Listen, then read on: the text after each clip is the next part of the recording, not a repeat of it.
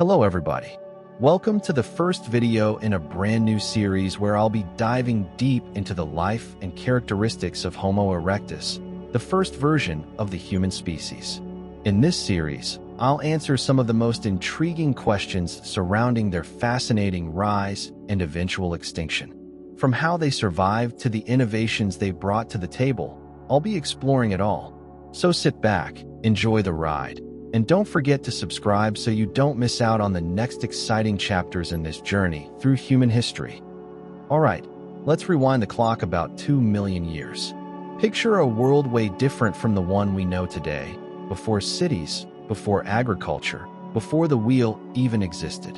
This was the time of Homo erectus, an early human species who first emerged in Africa and, over time, spread out to parts of Asia and Europe. Now, this wasn't some random early ancestor stumbling around. Homo erectus was a game changer, the first real human in a lot of ways, and they made innovations that set the stage for everything that came after. But how did they get there? What made them so unique, and why did they eventually fade away? Let's break it down step by step. To get a sense of who Homo erectus was, you've got to understand just how they dominated their environment. These were early humans who didn't just survive. They thrived as apex predators. They weren't the largest or the most powerful creatures on the planet, but they had something far more important: brains and tools. One of the most striking things about Homo erectus was their body. They were tall, muscular, and built for endurance. Imagine a runner who could keep going for hours, hunting down large prey in the heat of the African savannas.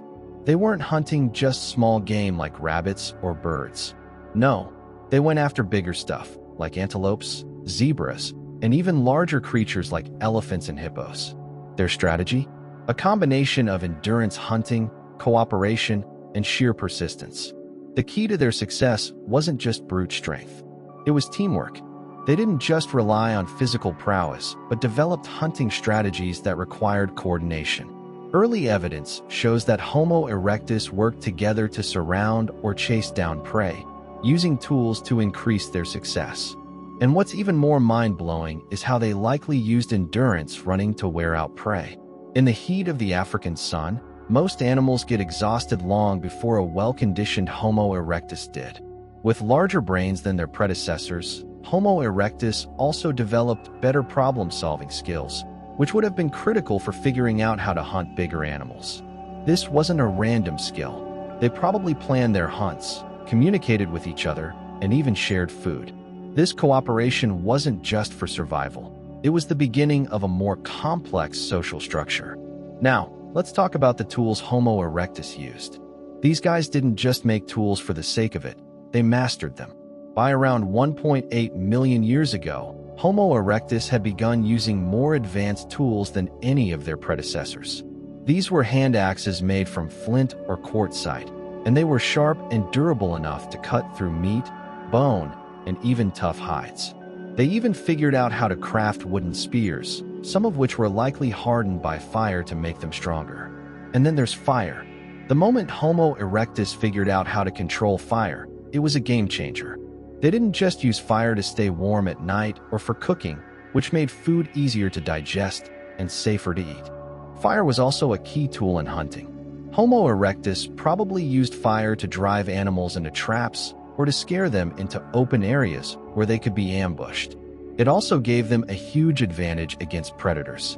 A fire not only protected them, but allowed them to settle in one place for longer periods, making life a bit more stable. The first signs of controlled fire show up around 1.5 million years ago, particularly in sites in Africa. These early settlements were often close to rivers, where Homo erectus could fish, gather plants, and hunt. They used fire to clear land for gathering and eventually to help make tools. So, in many ways, mastering fire wasn't just about surviving. It was about shaping the environment around them to suit their needs. You might think of ancient humans as living in caves, but Homo erectus was much more innovative than that. Evidence of shelters built around 1.7 million years ago shows that these early humans weren't just surviving in the wild.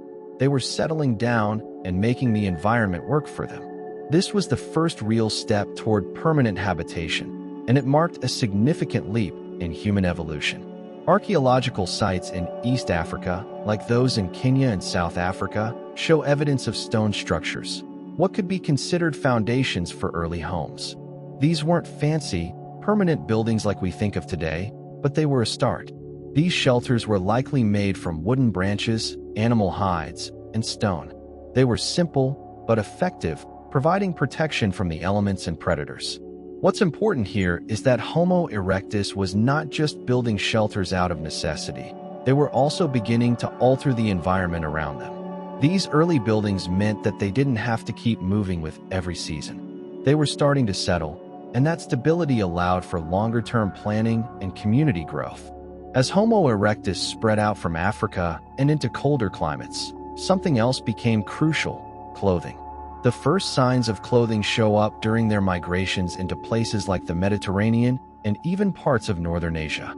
Early humans, with their lean bodies and dark skin, weren't built for the cold, and so they adapted by using animal skins for clothing. But how did they make these clothes?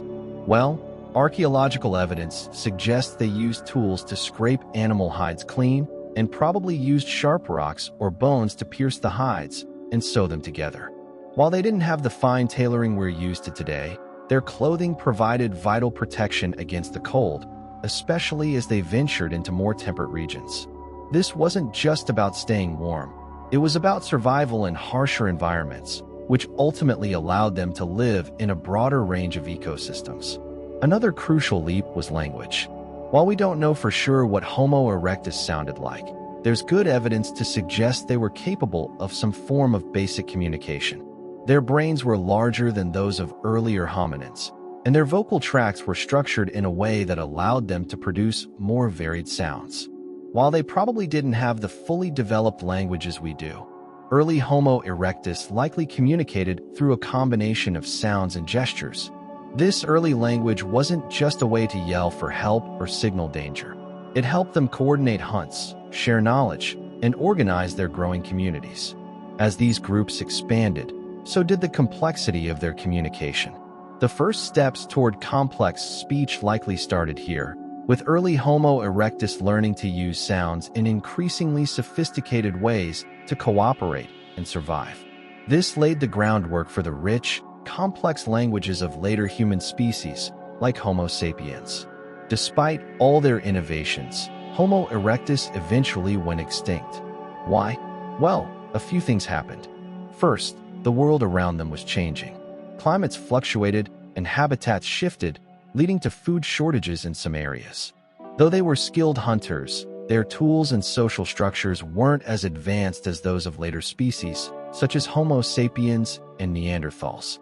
These more advanced species had better weapons, more developed social structures, and, crucially, the ability to adapt to changing environments more efficiently.